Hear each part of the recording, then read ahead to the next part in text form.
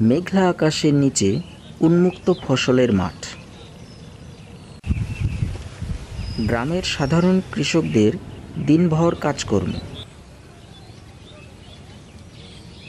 ধান খেতে ধানের চারা বোনার জন্য এখনই সবচেয়ে উপযুক্ত সময়। উর্বর ফসলের মাঠ এখন কাদাময়, আর এই কাদা মাটিতেই বপন করতে হয় ধানের চারা। বাংলাদেশের মাঠ ফসলের মধ্যে ধানই প্রধান।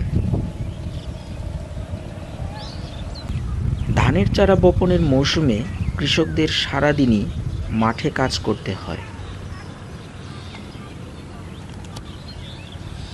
তাদের এই অক্লান্ত পরিশ্রম আর কাজের জন্যই দেশের বৃহৎ জনসংখ্যার খাদ্যের যোগান আসে।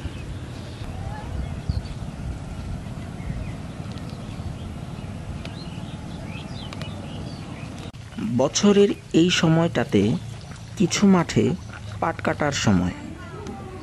এক সময় পাট ছিল দেশের প্রধান বৈদেশিক মুদ্রা উপার্জনের মাধ্যম, যে কারণে বাংলাদেশে পাটকে বলা হতো সোনালী আঁশ।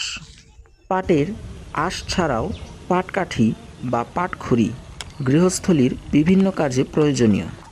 পাটের আঁশ ছাড়ানোর আগে কাঁচা পাট বেশ কিছুদিন পুকুর, ডোবা বা খালের পানিতে ডুবিয়ে রাখা হয়। পর্যাপ্ত পচনের পর এই পাট থেকে আঁশ ছাড়ানো হয়।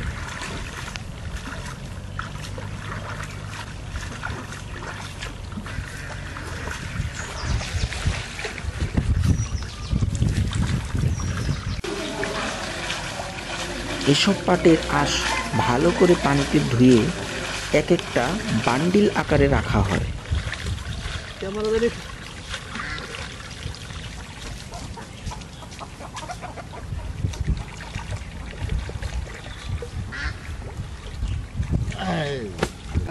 গ্রাম্য ভাষায় এই বান্ডিলগুলোকে বলা হয় পাটের গোছা।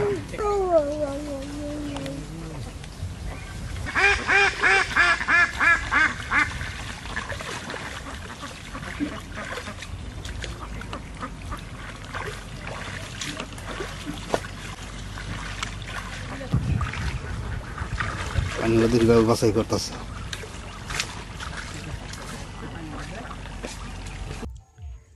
ধোয়ার পর এসব আঁশ শুকানোর পালা। অন্যদিকে আঁশ ছাড়ানো পাটখড়ি, সেটিও রোদে শুকিয়ে ব্যবহার হবে গ্রামের গৃহস্থ বাড়ির দৈনন্দিন কাজকর্মে।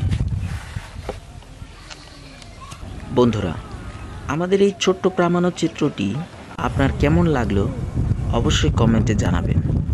ভালো লাগলে একটি লাইক করবেন এবং সাথে থাকতে চাইলে আমাদের চ্যানেলটি সাবস্ক্রাইব করুন।